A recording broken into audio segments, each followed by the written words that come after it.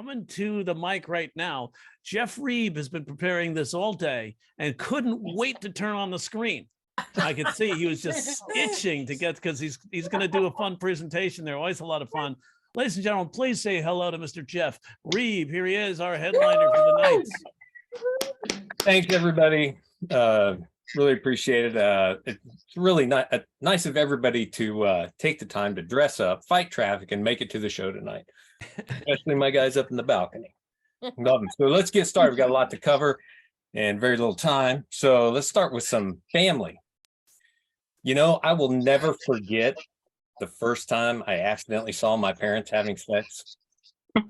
I still can't go back to that website. I've got a brother. My brother's got away with children, and the prosecution has illustrated that very well. Oh. My dad's losing his hearing. He's got hearing aids. We had to send him off to get them repaired.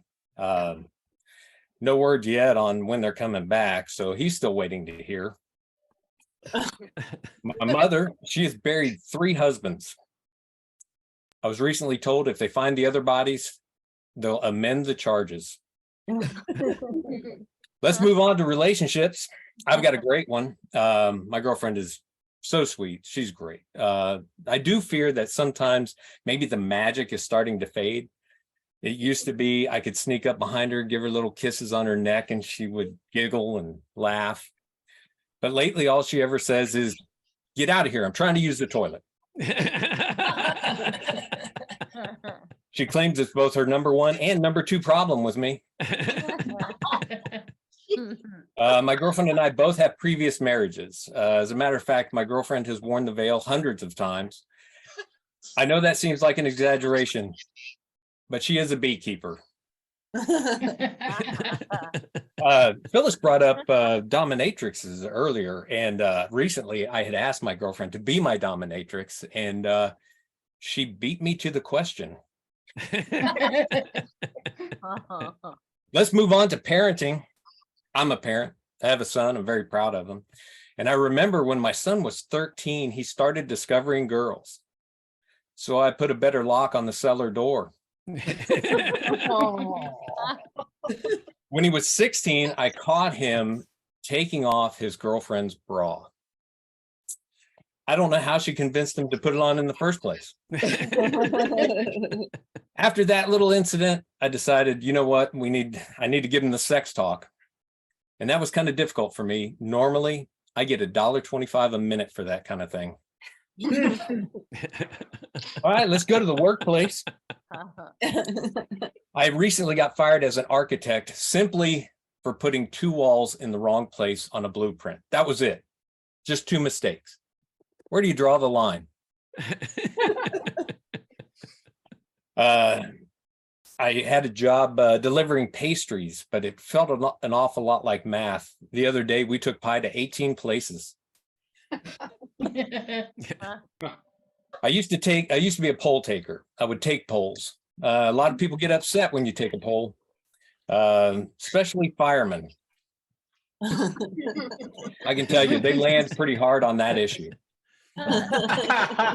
Speaking of issues, I've got some.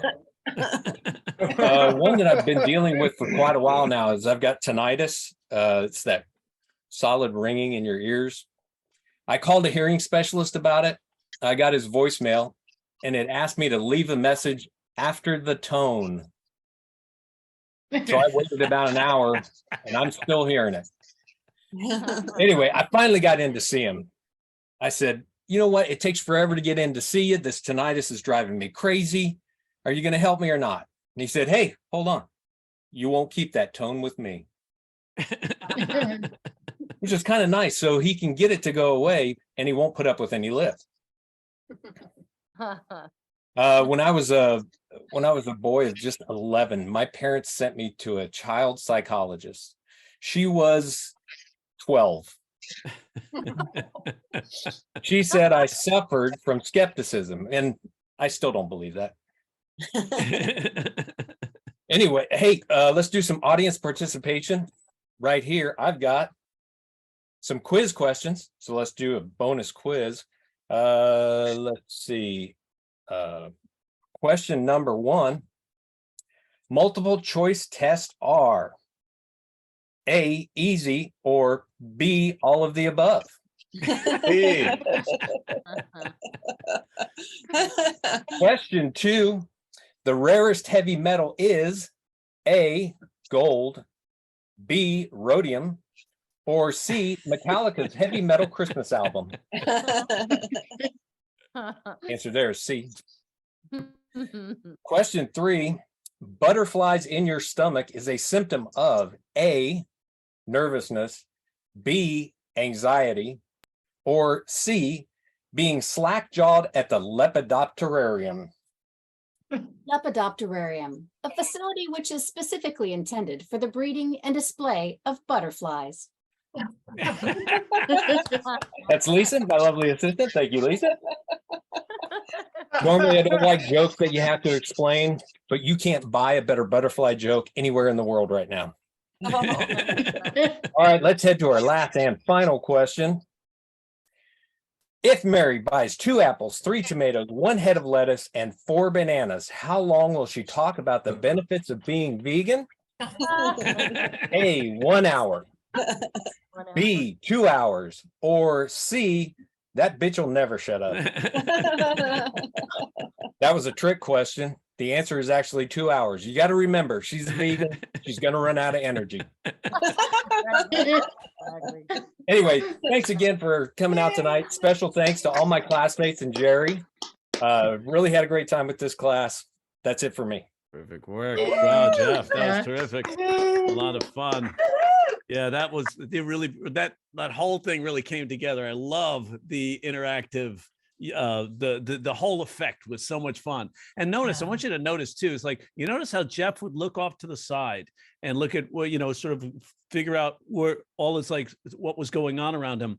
That actually made it more interesting. It drew us into what's going on in there. You see, it's like, you don't always have to look right out. You can always, he was real. And it was like, and maybe Chris Rock should take a lesson from that, because I don't know if you saw his last special. Anybody see his last special? I was like, what the hell are you doing, Chris? And especially for me, because I used to write for Chris way back in the day. I was like, who are you be pretending to be? You were just so like you in that moment. You brought us right into the room with you, man. And by the way, another hand for Lisa, who was like, that was a nice little prop. The whole time I kept looking over at her window and I go, Lisa Sutton's gone. His girlfriend has left. It's like, she's not, she's going to show up somewhere, I bet, or she's helping him right now. And then you came in, I was like, oh, that's awesome. Really, so cool, man, all the way around. A nice dynamic shift. She entered, the screen was nice. The whole, you had us right in, riveted to the whole program. That's why I said I thought this would be great for like corporate events and things like that. I think you're right on the money, man.